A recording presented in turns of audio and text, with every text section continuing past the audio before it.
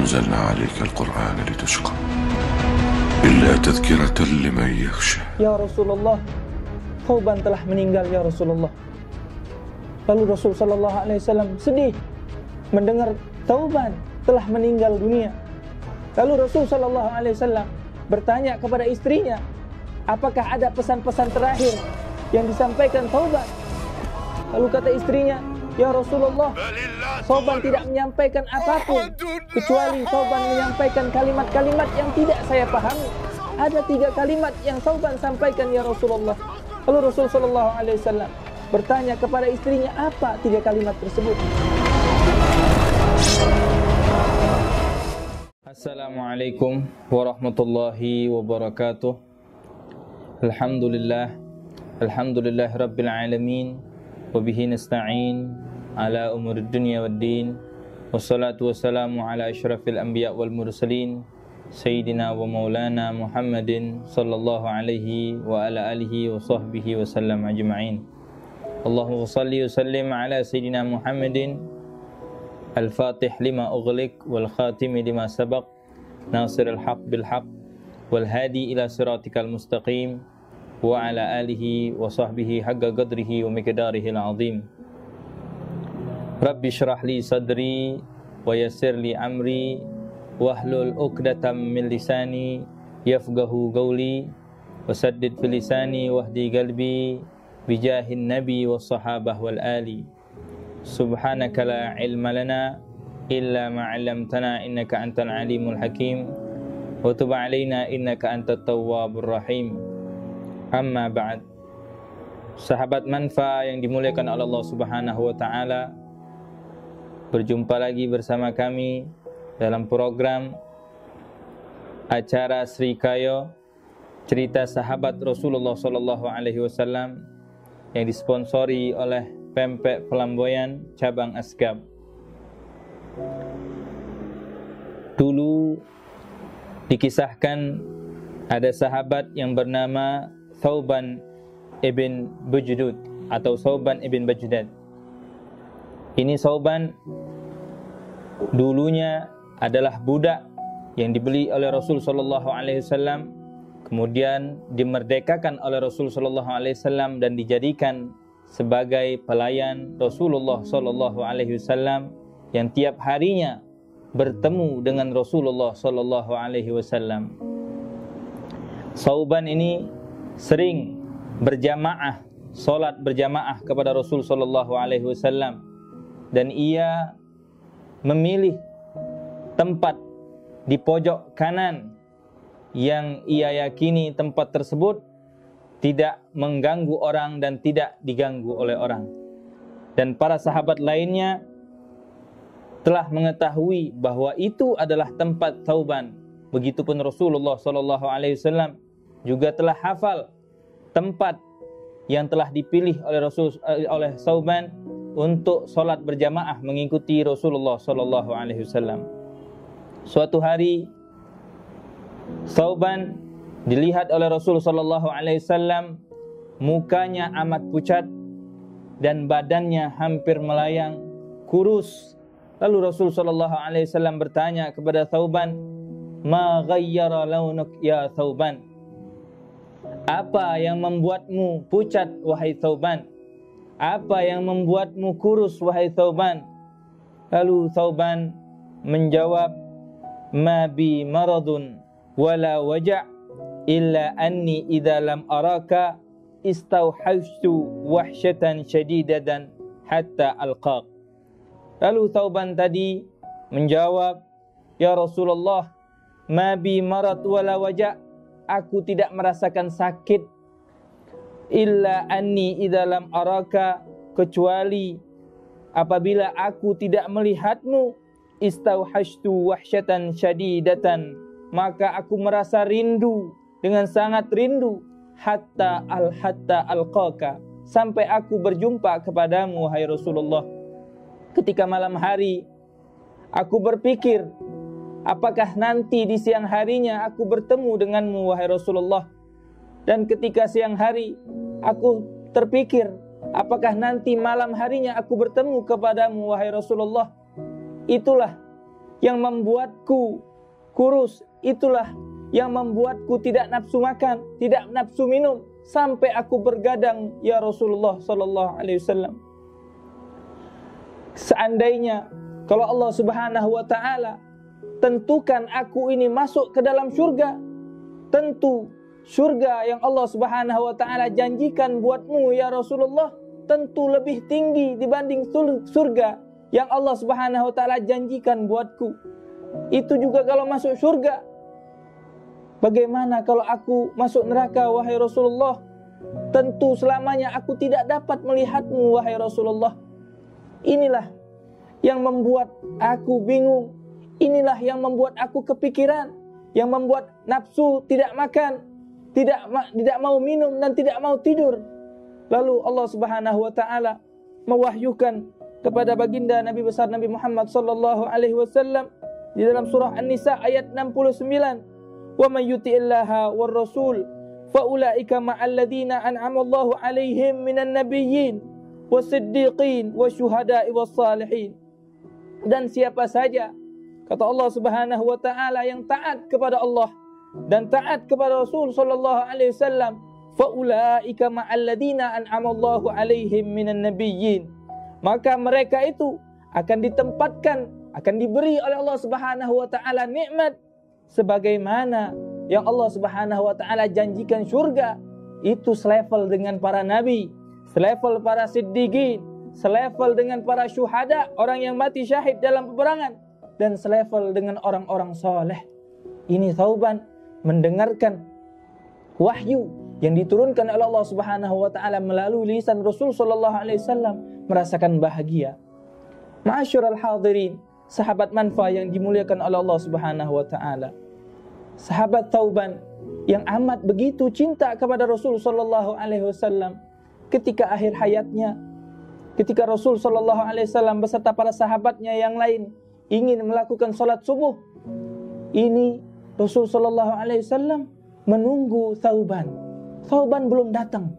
Lalu Rasul sallallahu alaihi wasallam menunggu sampai datangnya Thauban. Dan ketika itu waktu sudah mau lewat, lalu Rasul sallallahu alaihi wasallam menyegerakan salat subuh, dan Thauban ketika setelah salat subuhnya, lalu Rasul sallallahu alaihi wasallam bertanya kepada sahabat yang lain, apakah ada di antara kalian yang mengetahui bagaimana kabar Thauban? Para sahabat yang lainnya tidak tahu. Lalu Rasul sallallahu alaihi wasallam bertanya, apakah ada di antara kalian yang tahu di mana rumah Thauban? Lalu ada satu sahabat yang tahu di mana rumah Thauban ini. Lalu Rasul sallallahu alaihi wasallam ingin menjenguk Thauban. Dan setelah salat subuh tersebut, Rasul sallallahu alaihi wasallam beserta para sahabat yang lainnya menjenguk, datang ke rumah Thauban. Ketika diketuk pintu rumahnya, lalu ditanya oleh Rasul sallallahu alaihi wasallam, apakah Thauban ada di rumah? Lalu istri Thauban menjawab, ya Rasulullah, Thauban telah meninggal ya Rasulullah. Lalu Rasul sallallahu alaihi wasallam sedih mendengar Thauban telah meninggal dunia. Lalu Rasul sallallahu alaihi wasallam bertanya kepada istrinya, apakah ada pesan-pesan terakhir yang disampaikan Thauban? Lalu kata istrinya, ya Rasulullah, Thauban tidak menyampaikan apapun, kecuali Thauban menyampaikan kalimat-kalimat yang tidak saya pahami. Ada 3 kalimat yang Thauban sampaikan ya Rasulullah. Lalu Rasul sallallahu alaihi wasallam bertanya kepada istrinya, apa 3 kalimat tersebut? Lalu istrinya menjawab, Thauban sebelum akhir hayatnya dia mengatakan, laukan abad, seandainya kalau lebih jauh, seandainya kalau semuanya saja, seandainya kenapa enggak yang lebih baru? Lalu Rasul sallallahu alaihi wasallam mendengar kalimat tersebut. Rasul sallallahu alaihi wasallam mendapatkan wahyu dari Allah Subhanahu wa taala. Ini Thauban sebelum sakratul maut dihadapkan amal ibadahnya oleh Allah Subhanahu wa taala. Thauban yang dikenal setiap harinya salat berjamaah kepada Rasul sallallahu alaihi wasallam, ini menempuh perjalanan dari rumah ke masjidnya dalam waktu sekitar 3 jam. Lalu Thauban tadi diperlihatkan oleh Allah Subhanahu wa taala pahala satu langkah seseorang melangkahkan dari rumahnya untuk datang ke masjid. Ini Thauban 3 jam perjalanan dari rumah ke masjid. Ketika melihat Allah Subhanahu wa taala tampakkan begitu besar pahalanya, ini Thauban menginginkan, menyesali, seandainya rumahku ini lebih jauh dari masjid, tentu aku akan mendapatkan pahala yang lebih besar dari itu. Dan kalimat yang kedua, kenapa tidak yang baru saja? Lalu Thauban ini dihadapkan amal ibadah yang pernah ia lakukan dulu. Ketika itu musim dingin, Thauban ini ingin pergi ke masjid. Kebiasaan orang Arab ketika musim-musim dingin, ia memakai pakaian yang tebal. Ini Thauban memakai 2 jubah. Yang mana jubah yang di dalam itu jubah yang baru, dan jubah yang di luar itu jubah yang sudah lama. Ketika di dalam perjalanan, ia menemui satu orang yang sangat kedinginan. Lalu Thauban memberikan jubah yang lama tersebut kepada orang yang kedinginan tersebut, hampir mati. Ketika ia memberikan jubah tersebut, akhirnya orang itu bersama-sama menuju ke masjid bersama Thauban. Dan Allah Subhanahu wa taala ketika itu menampakkan pahala ibadah seseorang yang memberikan baju kepada orang yang kedinginan, begitu besar pahalanya. Sampai Thauban ini menyesali, mengapa jubah baruku saja tidak kuberikan kepadanya? Mengapa aku berikan jubah yang lama? Kemudian kalimat yang ketiga, mengapa tidak semuanya? Di suatu hari Thauban ini pernah makan dengan 1 potong roti dan segelas susu. Lalu datanglah seorang pengemis yang meminta makanan. Ketika itu Thauban dengan penuh adilnya, dia membelah roti tersebut dengan rata dan dia membagi susu tersebut dengan rata dengan 2 gelas. Dibaginya sepotong untuk dia, sepotong untuk pengemis tadi. Ketika itu Allah Subhanahu wa taala menampakkan begitu besar pahala yang didapatkan oleh Thauban, dan Thauban menyesali, mengapa tidak semuanya saja, tidak semua roti yang aku punya aku berikan kepada pengemis tersebut. Sebagaimana Allah Subhanahu wa taala telah berfirman dalam surah Al-Munafiqun ayat 10, wa anfiqu mimma razaqnakum min qabli ayyatiya ahadukumul maut, dan infakkanlah dari harta-harta yang telah kami berikan kepadamu min qabli ayyatiya ahadukumul maut, sebelum kematian menjemput salah seorang di antara kamu. Fayaqulu rabbi laula akhartani ila ajalin qarib. Mereka berkata, seandainya kematian aku ini diundur, fa asaddaqa wa akum minas salihin, maka aku akan bersedekah dan menjadi orang-orang yang saleh. Sahabat manfa yang dimuliakan Allah Subhanahu wa taala, begitulah sedikit kisah Thauban yang bisa kita petik dari cerita tersebut. Ialah keadaan Thauban yang rumahnya jauh dari masjid, butuh waktu 3 jam untuk sampai ke masjid, tetapi ia tetap rajin solat berjamaah kepada Rasul sallallahu alaihi wasallam. Sedangkan kita, rumah kita dengan masjid tidak menempuh perjalanan sejauh itu, tetapi kita tidak mau melangkahkan kaki kita untuk solat ke masjid. Dan kita bisa petik juga tadi cerita Thauban yang ia mempunyai sepotong roti, dan roti tersebut dibagi 2 kepada orang yang membutuhkan. Sedangkan kita banyak bergelimang harta, kita banyak makanan, pakaian dan lain sebagainya, tetapi kita enggan untuk memberikan sedekah kepada orang yang membutuhkan.